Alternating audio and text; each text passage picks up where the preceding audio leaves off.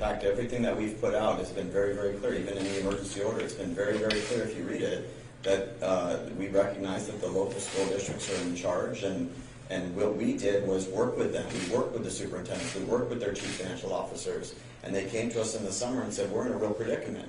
And so we came up with an emergency order in conjunction and collaboration with them that gave them complete flexibility so that they would have certainty on how the funding worked. They would have certainty on what options would be able to be given to children.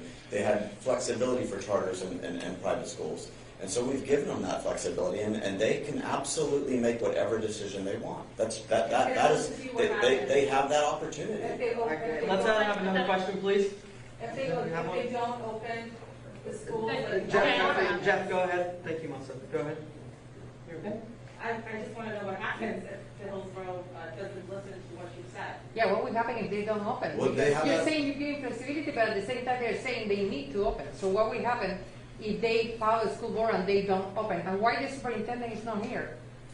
The opportunity to open or close is 100%. We've given that flexibility to the locals.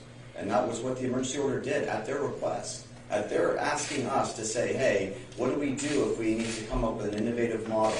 How does that funding work? And so we did an emergency order, gave them that complete flexibility.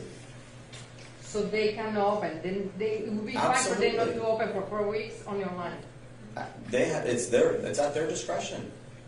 What are the possible repercussions here if they choose to keep going with this 4 weeks of online learning? That's why we came up with the emergency orders, because if you go to a strictly a virtual model under the existing law without the emergency order, then the funding is less. And so we did the emergency order so that those locals would not have to worry about getting funded less.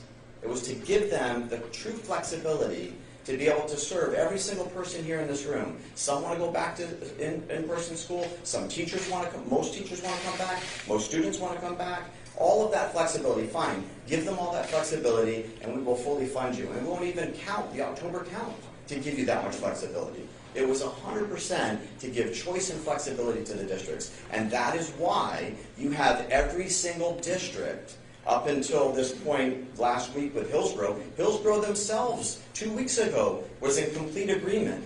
Now they're the only district out of 67, only district, except for those in phase 1 that the governor mentioned. Every other district is doing exactly what the emergency order gave them the flexibility to do, and they're doing it with great fanfare.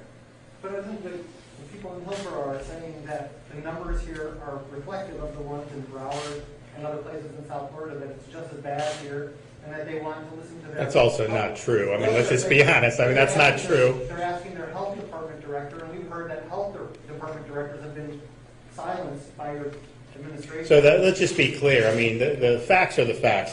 To say that Hillsborough is similar to Miami or Broward is just not factually true.